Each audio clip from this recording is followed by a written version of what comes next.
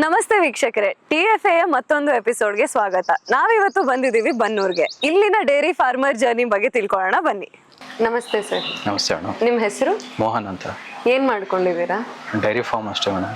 ಎಷ್ಟು ಟೈಮ್ ಇಂದ ಮಾಡ್ತಾ ಇದ್ದೀರಾ? ಈಗ ಶುರು ಮಾಡಿ 10 ವರ್ಷ ಆಯ್ತು. ಅಂದ್ರೆ ನೀವೇ ಸ್ಟಾರ್ಟ್ ಮಾಡಿದ್ದ ಅಥವಾ ನಿಮ್ಗೂ ಮುಂಚೆ ಯಾರಾದ್ರೂ ಮಾಡ್ತಾ ಇದ್ರಾ? ನಮ್ಮ ತಂದೆ ತಾತ ಎಲ್ಲ ಮಾಡ್ತಾ ಇದ್ರು, ಬಟ್ ಮನೆ ಯೂಸ್ಗೋಸ್ಕರ ಸಾಕ್ತಾ ಇದ್ರು ಅಷ್ಟೇ. ಕಮರ್ಷಿಯಲ್ ಆಗಿ ಅಂತ ನಾನೇ ಶುರು ಮಾಡಿದ್ದು. ಓಕೆ, ಈಗ ಎಷ್ಟು ಟೈಮ್ ಆಗಿದೆ ಸ್ಟಾರ್ಟ್ ಮಾಡಿ? 10 ವರ್ಷ ಆಯ್ತು ಮೇಡಮ್. 10 ವರ್ಷ ಆಗಿದೆ. ಓಕೆ, ಎಷ್ಟು ಹಸುಗಳಿದೆ ನಿಮ್ಮ ಹತ್ರ? ಮೇಡಮ್ ಇವಾಗ ಒಂದು 17 ಇದೆ ಮೇಡಮ್. ಹಸು ಕರು ಎಲ್ಲ ಸೇರಿ 17 ಇದೆ. ಯಾವ ಯಾವ ತಳಿ? HF ಮತ್ತೆ ಜರ್ಸಿ. ಓಕೆ, ಎಷ್ಟು ಹಾಲು ಕೊಡುತ್ತೆ? ಕೊಡುತ್ತೆ ಮೇಡಮ್, ಒಂದೊಂದು ಹಸು ಒಂದೊಂದ್ ತರ. ಈ HF ಅಲ್ಲಿ ಹೋದ್ರೆ 15-16 ಲೀಟರ್ ತನಕ ಕರಿಯೋದೈತೆ ಒಂದ್ ಟೈಮಿಗೆ. 10 ಲೀಟರ್ 16 ಲೀಟರ್ ತನಕ ಕರಿಯೋದೈತೆ. ಅಂದ್ರೆ ಪರ್ ಡೇ ನಿಮಗೆ ಎಲ್ಲಾ ಸೇರಿ ಎಷ್ಟು ಬರುತ್ತೆ? Average 150 per day. ನೀವೆಲ್ಲಿ ಹಾಲು ಅಂದ್ರೆ ಡೈರಿ ಕೊಡ್ತೀರಾ ಅಥವಾ ಇಲ್ಲೇ ಪ್ರೈವೇಟ್ ಅಲ್ಲಿ ಕೊಡ್ತೀರಾ? Dairy madam, KMF dairy. ಡೈರಿಗೆ. ಓಕೆ. ಮನೆಗೆ ಬಾಡಿಗೆ ಇರೋರು ಒಂದಿಬ್ರು ಹಾಕ್ಸ್ಕೊಂತಾರ ಅಷ್ಟೇ. ಅದನ್ನ ಬಿಟ್ರೆ ಎಲ್ಲ ಡೈರಿಗೆ. ಎಷ್ಟು ಕೊಡ್ತಾರೆ ನಿಮಗೆ ಡೈರಿ ಕಡೆಯಿಂದ? ಈಗ ಪ್ರೆಸೆಂಟ್ 41 ರೂಪಾಯಿ ತನಕ ಸಿಗ್ತಾ ಇದೆ ಮೇಡಮ್, 5 ರೂಪಾಯಿದು ಸೇರಿಸಿ.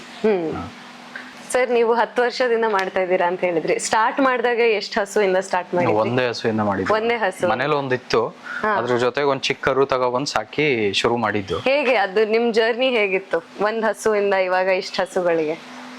ಚೆನ್ನಾಗಿತ್ತು ಮೇಡಮ್, ಪ್ರಾಫಿಟ್ ಐತೆ. ಬಟ್ ಬಲ್ಕ್ ಅಲ್ಲಿ ಮಾಡಿದ್ರೆ ಪ್ರಾಫಿಟ್ ಐತೆ. ಓಕೆ. 2, 3, 4 ಸಾಕಿದ್ರೇನು ಏನು ಉಳಿಯಲ್ಲ. ಬಲ್ಕ್ ಅಲ್ಲಿ ಮಾಡ್ಬೇಕು. ನೀವೆಲ್ಲ ಎಲ್ಲಿಂದ ತರ್ತೀರಾ ಯೂಶಲಿ ಹಸುನ? ಹಸು ಇಲ್ಲೇ ಲೋಕಲ್ ಮೇಡಮ್. ಲೋಕಲ್ ಅಲ್ಲೇ. ಓಕೆ ಸರ್, ಈಗ ನೀವು 10 ವರ್ಷದಿಂದ ಮಾಡ್ತಾ ಇದ್ದೀರಾ. ಸ್ಟಾರ್ಟಿಂಗ್ ಒಂದ್ ಹಸುವಿಂದ ಇವಾಗ 17 ಹಸು ತನಕ ಬಂದಿದ್ದೀರಾ ಅಂತ ಅಂದ್ರೆ, ಯಾವಾಗ ನೀವು ಹಸುನ ವರ್ಷ ಎಷ್ಟು ಹಸು ತಗೋತಾ ಇದ್ರಿ ಅಥವಾ ಹೇಗೆ ನಡ್ಸ್ಕೊಂಡು ಹೋಗ್ತಾ ಇದ್ರಿ ಅನ್ನೋದನ್ನ ನೀವೇ ನಿಮ್ಮ ಎಕ್ಸ್ಪೀರಿಯನ್ಸ್ ಇಂದ ಮಾಡಿದ್ರಾ ಅಥವಾ ನಿಮ್ಗೆ ಯಾರಿಗಾದ್ರೂ ಗೈಡ್ ಮಾಡ್ತಾ ಇದ್ರಾ? ನಿಮಗೆ ಅಲ್ಲ, ಗೊತ್ತಾಗಿಲ್ಲ ಅಂದಾಗ ಸೀನಿಯರ್ಸ್ ಯಾರಿದ್ರು, ಮೊದ್ಲು ಯಾರು ಸಾಕ್ತಾ ಇದ್ರು ಅವ್ರ ಹತ್ರ ಕೇಳ್ಕಂತಿದ್ವು. ಮತ್ತೆ ಡಾಕ್ಟರ್ಗಳು ಚೆನ್ನಾಗಿ ಪರಿಚಯ ಇದ್ರು. ಒಬ್ರು ನಿಖಿತ್ ಕುಮಾರ್ ಅಂತ ಒಬ್ರು ಸರ್ಜನ್ ಇದ್ರು, ಅವರು ಮತ್ತೆ ಮೋಹನ್ ಅಂತ ಒಬ್ರು ಇನ್ಸಿಮಿನೇಟರ್ ಇದಾರೆ. ಅವರೆಲ್ಲ ಚೆನ್ನಾಗಿ ಸಪೋರ್ಟ್ ಮಾಡಿದ್ರು. ಏನ್ ಗೊತ್ತಿಲ್ಲ ಅಂದ್ರೆ ಹೇಳ್ಕೊಡ್ತಿದ್ರು. ಮತ್ತೆ ಯಾವಾಗ ರಿಕ್ವೈರ್ಮೆಂಟ್ ಇತ್ತು, ಹಾಲು ಯಾವಾಗ ಕಡಿಮೆ ಬರ್ತಿತ್ತು, ಆ ಟೈಮಲ್ಲಿ ಒಂದೊಂದು ಆಡ್ ಅಪ್ ಮಾಡ್ಕೊಂಡು ಇಂಪ್ರೂವ್ ಮಾಡ್ಕೊಂಡು ಬಂದಿದ್ವಿ. ಸರ್, ಈಗ ಹಸುಗಳದ್ದು ರುಟೀನು, ಅದ್ರ ಫೀಡು, ಮೇಂಟೆನೆನ್ಸ್ ಅದೆಲ್ಲ ಹೇಗೆ? ಮೇಡಮ್, ನಾವು ಮಾಡೋದು ಬೆಳಗ್ಗೆ ಎದ್ದು ಸ್ವಲ್ಪ ಕ್ಲೀನ್ ಎಲ್ಲ ಮಾಡಿ ಹಸುಗಳೆಲ್ಲ ತೊಳೆದು ಫೀಡಿಂಗ್ ಮಾಡ್ತೀವಿ. ಫಸ್ಟ್ ಅಂದ್ರೆ ಹಿಂಡಿ ಬೂಸ ಈ ತರ ಇರ್ತೀವಲ್ಲ, ಆ ತರ ಫೀಡ್ ಕೊಟ್ಟು ಆಮೇಲೆ ಹಾಲು ಕರ್ಕೊಂಡು ಡೈರಿಗೆ ಹಾಕಿ ಆಮೇಲೆ ಬಂದು ಮೇವ್ ಹಾಕಂತೀವಿ. ಡೈಲಿ ಒಂದೇ ಸರಿ ಮೇವ್ ಹಾಕೋದು. ಅದನ್ನ ಬಿಟ್ರೆ ಮತ್ತೆ ಸಂಜೆ ತನಕ ಏನು ಕೆಲಸ ಇರಲ್ಲ. ಆಟೋಮೆಟಿಕ್ ಆಗಿ ನೀರ್ ಕುಡಿಯೋ ತರ ವಾಟರ್ ಬೌಲ್ ಮಾಡಿದೀವಿ. ಅದಕ್ಕೆ ಬೇಕು ಅಂದಾಗ ನೀರ್ ಕುಡಿತಾ ಇರತ್ತೆ. ಅದು ಸಪರೇಟ್ ಆಗಿ ಕೊಡ್ಬೇಕು ಆ ತರ ಏನಿಲ್ಲ. ಅದನ್ನ ಬಿಟ್ರೆ ಮತ್ತೆ ಸಂಜೆ ಫೀಡ್ ಕೊಟ್ಟು ಮತ್ತೆ ಹಾಲು ಕರ್ಕಂತೀವಿ ಅಷ್ಟೇ. ನೀವೊಬ್ರೇ ನೋಡ್ಕೋತೀರಾ ಅಥವಾ ನಿಮಗೆ ಹೆಲ್ಪಿಗೆ ಯಾರಾದ್ರೂ? ಮನೆಯವರೆಲ್ಲರೂ ಮಾಡ್ತಾರೆ ಮೇಡಮ್. ಸಪೋರ್ಟ್ ಇಲ್ಲ ಅಂದ್ರೆ ಮಾಡಕ್ ಆಗಲ್ಲ ಡೈರಿ ಫಾರ್ಮ್. ಎಲ್ಲಾರು ಮಾಡ್ತೀವಿ. ಮನೆಯವರೆಲ್ಲರೂ ಅಂದ್ರೆ ಎಲ್ಲಾರು ಸೇರಿದಾಗ ಬೇಗ ಆಯ್ತದೆ. ಒಬ್ರು ಇಬ್ರು ಮಾಡಿದಾಗ ಸ್ವಲ್ಪ ನಿಧಾನಕ್ಕಾಗುತ್ತೆ. ನೀವು 10 ವರ್ಷದ ಹಿಂದೆ ಸ್ಟಾರ್ಟ್ ಮಾಡಿದಾಗ ಅಷ್ಟೆಲ್ಲ ಟೆಕ್ನಾಲಜಿ ಏನಿರ್ಲಿಲ್ಲ. ಆಮೇಲೆ ನೀವ್ ಹೇಳಿರೋ ಪ್ರಕಾರ ಆಟೋಮೆಟಿಕ್ ವಾಟರ್ ಅಂತಾನು ಹೇಳ್ತಾ ಇದ್ರಿ ಅಲ್ವಾ? ಯಾವ ತರ ಟೆಕ್ನಾಲಜಿನ ನೀವು ಯೂಸ್ ಮಾಡ್ತೀರಾ ಡೈರಿ ಫಾರ್ಮಿಂಗ್ ಅಲ್ಲಿ? ಮೇಡಮ್, ಇದರಲ್ಲಿ ಹಸುಗೆ ವಾಟರ್ ಬೌಲ್ ಸಿಸ್ಟಮ್ ಅಂತ ಬರುತ್ತೆ, ನೀರ್ ಕುಡ್ಸಕ್ಕೆ ಅಂತ. ಅದು ಒಂದೊಂದು ಸಪರೇಟ್ ಇಟ್ಕಂತು ಅಂದ್ರೆ 2,500-3 ಸಾವಿರ ಕಾಸ್ಟ್ ಆಗುತ್ತೆ. ಅದ್ರ ಸಲುವಾಗಿ ಇಲ್ಲಿ ನಾವೇ ಲೋಕಲಿ ಮಾಡ್ಕೊಂಡು ಅದು ಕಡಿಮೆ ರೇಟಲ್ಲೂ ಆಯ್ತು, ಮತ್ತೆ ಆಟೋಮೆಟಿಕ್ ಆಗಿ ಅದು ಎಷ್ಟು ಬೇಕು ಸಫಿಶಿಯಂಟ್ ನೀರ್ ಸಿಗತ್ತೆ. ಅದನ್ನ ಮಾಡ್ಕೊಂಡಿದೀವಿ. ಮತ್ತೆ ಚಾಫ್ ಕಟರ್ಸ್ ಮೇವು ಕಟ್ ಮಾಡಿ ಸಣ್ಣಕ್ಕೆ ಕಟ್ ಮಾಡ್ಕೊಡೋದ್ರಿಂದ ವೇಸ್ಟೇಜ್ ಆಗಲ್ಲ ನಮಗೆ. ಇನ್ನ ಇಲ್ಲಿ ಈ ಕಡೆ ಇದೆಲ್ಲ ಬರ್ತಾ ಇರೋದು, ಅದು ಬೇಸಿಗೆಗಾಲದಲ್ಲಿ ಕೂಲ್ ಆಗಿರ್ಲಿ ಅನ್ಬಿಟ್ಟು ಫಾಗರ್ ಸಿಸ್ಟಮ್ ಮಾಡ್ರಿ. ಈಗ ಹಸುದು ಹೆಲ್ತ್ ಮೇಂಟೆನೆನ್ಸ್ ಅದೆಲ್ಲ ಹೇಗೆ? ಹೆಲ್ತ್ ಎಲ್ಲ ಮೇಡಮ್ ಇರುತ್ತೆ. ಇದು ಹೈಬ್ರಿಡ್ ಇರೋದ್ರಿಂದ ಎಲ್ಲಾ ತರದ್ದು ಪ್ರಾಬ್ಲಮ್ಸ್ ಇರುತ್ತೆ. ಬೇಸಿಗೆ ಮೇಜರ್ ಆಗಿ ಯಾವ ತರ ಪ್ರಾಬ್ಲಮ್ಸ್ ನೀವು ನೋಡ್ತೀರಾ ಹಸುಲಿ? ಮೇಡಮ್, ಸ್ಟ್ರೆಸ್ ಇಂದ ಜ್ವರ ಬರುತ್ತೆ, ಭಾವ ಆಗುತ್ತೆ. ಕೆಲವೊಂದ್ಸರಿ ಇದರಿಂದ ಬರುವಂತ ರೋಗಗಳಿರುತ್ತೆ. ಏನು ಕಾಲ್ಬಾಯಿ ಜ್ವರ, LSD ಅಂತ ಹೇಳ್ತಾರೆ, ಲಂಪಿ ಸ್ಕಿನ್ ಡಿಸೀಸ್. ಇದೆಲ್ಲ ಬಂದಾಗ ಸ್ವಲ್ಪ ಅಂದ್ರೆ ಎಲ್ಲಾ ಕಡೆನೂ ಸ್ಪ್ರೆಡ್ ಆಗ್ಬಿಟ್ಟಿರುತ್ತೆ. ನಮಗ್ ಮಲೇರಿಯಾ ಬರುತ್ತಲ್ಲ, ಡೆಂಗ್ಯೂ ಮಲೇರಿಯಾ ಬರುತ್ತಲ್ಲ, ಆ ತರ ಎಲ್ಲಾ ಕಡೆನೂ ಬರೋದ್ರಿಂದ ಏನು ಮಾಡಕ್ ಆಗಲ್ಲ. ಆ ಟೈಮಲ್ಲಿ ಪ್ರಿಕಾಷನ್ಸ್ ತಗೋಬೇಕು. ವ್ಯಾಕ್ಸಿನೇಷನ್ ಕೊಡ್ತಾರೆ ಗೌರ್ಮೆಂಟ್ ಇಂದ. ಮಾಡ್ಕೊಂಡಿರ್ತೀವಿ. ಅಚಾನಕ್ ಬಂತು ಅಂದ್ರೆ ಡಾಕ್ಟರ್ಸ್ ಎಲ್ಲ ಇದಾರೆ, ಹೆಲ್ಪ್ ಮಾಡ್ಕೊಡ್ತಾರೆ. ಓಕೆ ಸರ್, ಇಲ್ಲಿ ಡಾಕ್ಟರ್ಸ್ದೆಲ್ಲ ಸಪೋರ್ಟ್ ಹೇಗಿದೆ? ಅಂದ್ರೆ ನಿಮಗೆ ಕರೆದಾಗ ಇಮಿಡಿಯೇಟ್ ಆಗಿ ನಿಮಗೆ ಅವರಿಂದ ಸಪೋರ್ಟ್ ಸಿಗತ್ತಾ ಅಥವಾ ಹೇಗೆ? ಸಿಗುತ್ತೆ ಮೇಡಮ್, ಹೇಳಿದ ತಕ್ಷಣ ನೋಡ್ತಾರೆ. ಓಕೆ. ಮತ್ತೆ ನಾನು ಇನಿಷಿಯಲಿ ಶುರು ಮಾಡಿದಾಗ ಒಬ್ರು ನಿಖಿತ್ ಕುಮಾರ್ ಅಂತ ಇದ್ರು, ಅವ್ರು ಚೆನ್ನಾಗಿ ಸಪೋರ್ಟ್ ಮಾಡಿದ್ರು. ಇವಾಗ ಫೋನ್ ಮಾಡಿದ್ರು, ಅವ್ರು ಸುತ್ತೂರಲ್ಲಿ ವರ್ಕ್ ಮಾಡ್ತಾ ಇದಾರೆ ಇವಾಗ ಫೋನ್ ಮಾಡಿದ್ರು ಚೆನ್ನಾಗಿ ಹೇಳ್ಕೊಡ್ತಾರೆ, ಚೆನ್ನಾಗಿ ಸಪೋರ್ಟ್ ಮಾಡ್ತಾರೆ. ಇನ್ನೊಬ್ರು ಮೋಹನ್ ಅಂತ ಹೇಳಿದೆ ನೋಡಿ, ಇನ್ಸಿಮಿನೇಟರ್, ಅವರು ಎಲ್ಲ ತಿಳ್ಕೊಂಡಿದ್ದಾರೆ. ಅವರೇ ಇವಾಗ ಎಲ್ಲ ಮೇಂಟೈನ್ ಮಾಡ್ತಾರೆ, ಅವರೇ ನೋಡ್ಕೊಳ್ಳೋದು. ಓಕೆ ಸರ್, ಈಗ ಹೊಸದಾಗ ಡೈರಿ ಫಾರ್ಮಿಂಗ್ ಸ್ಟಾರ್ಟ್ ಮಾಡಬೇಕು ಅಂತ ಇರೋರಿಗೆ, ಅಂದ್ರೆ ಅವರಿಗೆ ಮುಂಚೆ ಎಕ್ಸ್ಪೀರಿಯನ್ಸ್ ಇರೋರೆ ಹೆಲ್ಪ್ ಮಾಡಬೇಕು ಅಥವಾ ಬೇರೆ ಎಕ್ಸ್ಟರ್ನಲ್ ಇಂದ ಅವರಿಗೆ ಸಪೋರ್ಟ್ ಬೇಕು, ಆ ಥರ ಏನಾದರೂ ಇರುತ್ತಾ ಅಥವಾ ಹೇಗೆ? ಏನಿಲ್ಲ ಮೇಡಮ್, ಇವಾಗ ಮಾಡೋರಿಗೆ ಫಸ್ಟ್ ಅವ್ರಿಗೆ ಇಂಟ್ರೆಸ್ಟ್ ಇರಬೇಕು. ಹೌದು, ಅವ್ರಿಗೆ ಇಂಟ್ರೆಸ್ಟ್ ಇದ್ದು ಅವರು ಶುರು ಮಾಡಿದಾಗ ಇರುತ್ತೆ ಮೇಡಮ್. ಇನಿಷಿಯಲಿ ಸ್ಟಾರ್ಟ್ ಮಾಡಿದಾಗ ಎಲ್ಲರಿಗೂ ಪ್ರಾಬ್ಲಮ್ ಬರುತ್ತೆ, ಗೊತ್ತಾಗಲ್ಲ. ಯಾರು ಸೀನಿಯರ್ಸ್, ಯಾರು ಫಸ್ಟ್ ಇಂದ ಸಾಕ್ತಾ ಇರ್ತಾರೆ, ಅವ್ರ ಹತ್ರ ಸಜೆಷನ್ ತಗೊಂಡ್ರೆ ಒಳ್ಳೇದು. ಮತ್ತೆ ಕೆಲವೊಂದು ಹೊಸ ಥರ ರೋಗಗಳಿರುತ್ತೆ. ಮತ್ತೆ ಇವಾಗ ಬ್ರೀಡ್ ಇಂಪ್ರೂವ್ ಆಗ್ತಾ ಇರೋದ್ರಿಂದ ಫಸ್ಟ್ ಇದ್ದಿದ್ದ ಬ್ರೀಡ್ಗಿಂತ ಇವಾಗ ಸೆನ್ಸಿಟಿವ್ ಇರುತ್ತೆ. ಅದ್ರ ಬಗ್ಗೆ ಡಾಕ್ಟರ್ಗಳ ಹತ್ರನೇ ಸಜೆಷನ್ ತಗೋಬೇಕು, ತಗೊಂಡು ಮಾಡೋದ್ರಿಂದ ಒಳ್ಳೇದು. ಮತ್ತೆ ಡೈಲಿ ಅಪ್ಡೇಟ್ ಆಗ್ತಾ ಇರುತ್ತೆ, ಫೀಡಿಂಗ್ ಅಲ್ಲಿ ಇರ್ಬೋದು, ಈ ಮೆಷಿನರಿ, ಫಾಗರು, ಮಿಲ್ಕಿಂಗ್ ಮೆಷಿನ್ ಎಲ್ಲ ಡೈಲಿ ಅಪ್ಡೇಟ್ ಆಗ್ತಾ ಇರುತ್ತೆ. ಇವತ್ತಿಂದ ಏನೈತೆ ಇದು ನೋಡ್ಬೇಕು, ಹಳೆಯವ್ರ ಹತ್ರ ಸಜೆಷನ್ ತಗೋಬೇಕು, ಮಾಡೋದ್ರಿಂದ ಒಳ್ಳೇದು. ಸರ್, ಈಗ ಹಳೆ ಜನರೇಷನ್ ಅವ್ರಿಗೂ ಇವಾಗಿರೋ ಜನರೇಷನ್ ಅವ್ರಿಗೂ ಮೆಥಡ್ಸು, ಟೆಕ್ನಿಕು ಎಲ್ಲ ಡಿಫ್ರೆಂಟ್ ಇರುತ್ತೆ ಡೈರಿ ಫಾರ್ಮಿಂಗಿಗೆ. ನೀವು ನಿಮ್ಮ ತಂದೆಯವ್ರ ಜೊತೆ ಮಾಡ್ಕೊಂಡ್ ಬಂದಿರೋದ್ರಿಂದ ನಿಮಗೇನು ಜಾಸ್ತಿ ಡಿಫ್ರೆನ್ಸ್ ಕಾಣಿಸುತ್ತೆ? ಮೇಡಮ್, ಅವಾಗೆಲ್ಲ ನಾವು ಇದಕ್ಕೆ ಅಂತ ಸಪ್ರೇಟ್ ಆಗಿ ಜಮೀನಲ್ಲಿ ನೇಪಿಯರ್ ಈ ತರದೇನು ಬೆಳಿತಿರ್ಲಿಲ್ಲ, ಸೈಲೇಜ್ ಸಿಸ್ಟಮ್ ಇರ್ಲಿಲ್ಲ. ಇವಾಗಾದ್ರೆ ಸೈಲೇಜ್ ಮಾಡ್ಕೊಳ್ಳೋ ಟೆಕ್ನಿಕ್ ಐತೆ. ಮತ್ತೆ ನೇಪಿಯರ್ ಅನ್ಬಿಟ್ಟು ಒಂದು ಮೇವಿದೆ, ಅದು ನಿಮ್ಗೆ 10 ಅಡಿ 14 ಅಡಿ ತನಕ ಬೆಳವಣಿಗೆ ಬೆಳೆಯುತ್ತೆ. ಕಡಿಮೆ ಜಾಗದಲ್ಲಿ ಜಾಸ್ತಿ ಮೇವನ್ನ ಪ್ರೊಡ್ಯೂಸ್ ಮಾಡ್ಬೋದು. ಅವೆಲ್ಲ ಅವಾಗ ಇರ್ಲಿಲ್ಲ ಇನಿಷಿಯಲಿ ಸ್ಟಾರ್ಟ್ ಮಾಡಿದಾಗ, ಮತ್ತೆ ನಮ್ಮ ತಂದೆಯವ್ರು ಮಾಡ್ಬೇಕಾದ್ರೆ. ಆಮೇಲೆ ಅವಾಗೆಲ್ಲ ಈ ತರ ready pellets with mineral mixture, ಇದೆಲ್ಲ ರೆಡಿ ಪೆಲೆಟ್ಸ್ ಸಿಸ್ಟಮ್ ಇರ್ಲಿಲ್ಲ. ಕಡಲೆ ಒಟ್ಟು, ಬೂಸ, ಹಿಂಡಿ ಅವಾಗ ಸಾಕೋದು ಸ್ವಲ್ಪ ಕಷ್ಟ ಇತ್ತು. ಸಾಕಕ್ಕೆ ಲೇಬರ್ ಜಾಸ್ತಿ ರಿಕ್ವೈರ್ಮೆಂಟ್ ಇತ್ತು, ಮ್ಯಾನ್ ಪವರ್ ಜಾಸ್ತಿ ಬೇಕಿತ್ತು. ಇವಾಗ ಆ ಥರ ಇಲ್ಲ ಮೇಡಮ್, ಇವಾಗ ಈಸಿ ಆಗೈತೆ. ರೆಡಿ ಪೆಲೆಟ್ ಸಿಗುತ್ತೆ, ಒಂದು ಚೀಲ ಎತ್ಕೊಬಂದು ಡೈರೆಕ್ಟ್ ಆಗಿ ಡ್ರೈ ಫೀಡೇ ಮಾಡ್ಬೋದು. ಫಸ್ಟ್ ಆದ್ರೆ ಅದು ಬಾಯಿಗೆಲ್ಲ ಅಂಟ್ಕೊಳ್ಳುತ್ತೆ ಅಂದ್ಬಿಟ್ಟು ನೀರ್ ಹಾಕಿ ಕಲಸಿ ಎಲ್ಲ ಮಾಡ್ಬೇಕಿತ್ತು. ಈಗ ಆ ಥರದ್ದೇನು ಕೆಲಸ ಇಲ್ಲ, ಈಸಿ. ಫಸ್ಟ್ ನಾವು ಒಂದು 15-20 ವರ್ಷದ ಹಿಂದ್ಗಡೆ ಹೋಲ್ಸಿದ್ರೆ ಇವಾಗ ಸಾಕೋದು ಈಸಿ. ಸರ್, ಈಗ ಡೈರಿ ಫಾರ್ಮಿಂಗ್ ಅಲ್ಲಿ ನಿಮಗೆ ಮೇಜರ್ ಚಾಲೆಂಜಸ್ ಅನ್ನೋದು ಏನ್ ಬರುತ್ತೆ, ಅಥವಾ ಇನ್ನ ಬೇರೆ ಏನಾದ್ರೂ ಚೇಂಜ್ ಆದ್ರೆ ಡೈರಿ ಫಾರ್ಮಿಂಗ್ ಹೇಗೆ ಬೆಟರ್ ಆಗ್ಬೋದು ಅಂತ ಅನ್ಸುತ್ತೆ ನಿಮಗೆ? ನಮ್ಮ ಡೈರಿ ಫಾರ್ಮಿಂಗ್ ಅಲ್ಲಿ ಚಾಲೆಂಜಸ್ ಅಂದ್ರೆ ಈಗ ಕ್ಲೈಮೇಟ್ ಮೇಲೆ ಡಿಪೆಂಡ್. ಈ ಬೇಸಿಗೆ ಟೈಮಲ್ಲಿ ನೀವು ಏನು ಮಾಡಿದ್ರು SNF ಫ್ಯಾಟ್ ಬರಲ್ಲ.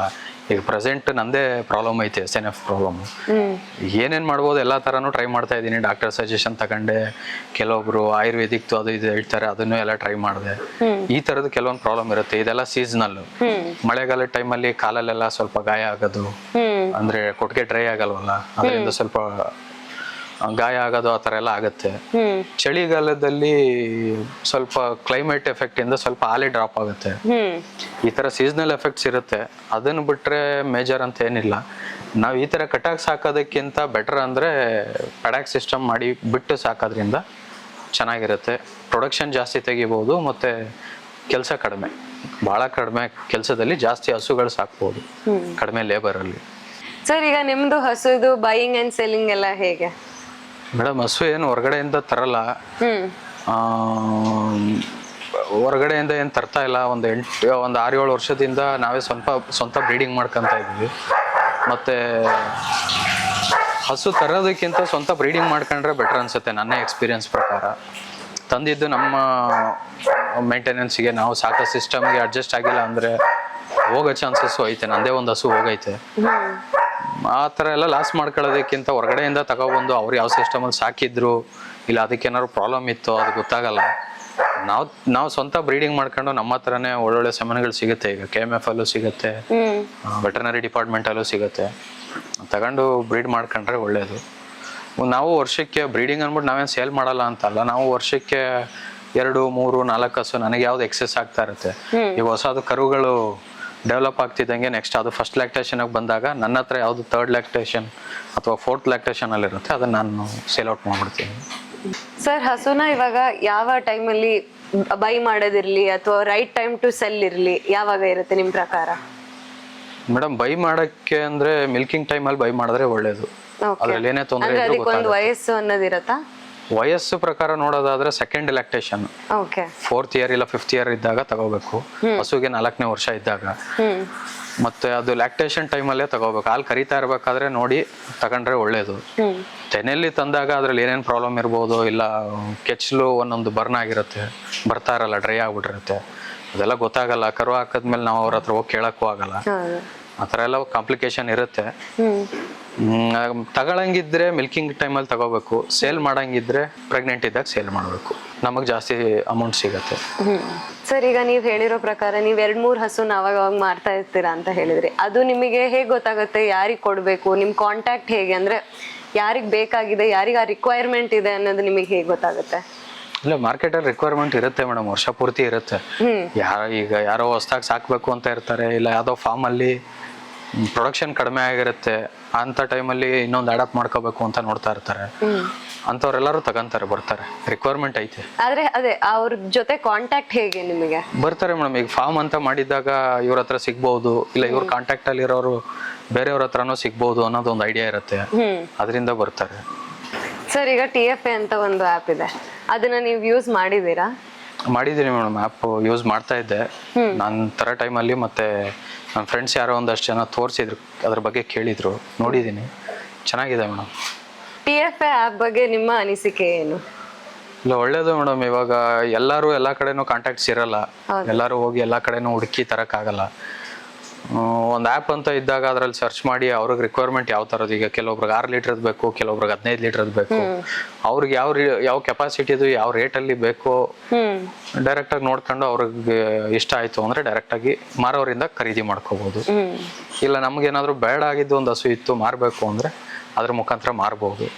ಹೌದು, ಚೆನ್ನಾಗಿದೆ, ಆ್ಯಪಿಂದ ಉಪಯೋಗ ಆಗುತ್ತೆ. ಸರ್, ಈಗ ಹೊಸದಾಗಿ ಡೈರಿ ಫಾರ್ಮಿಂಗ್ ಸ್ಟಾರ್ಟ್ ಮಾಡಬೇಕು ಅಂತ ಇರೋರಿಗೆ ನಿಮ್ಮ ಅಡ್ವೈಸ್ ಏನು?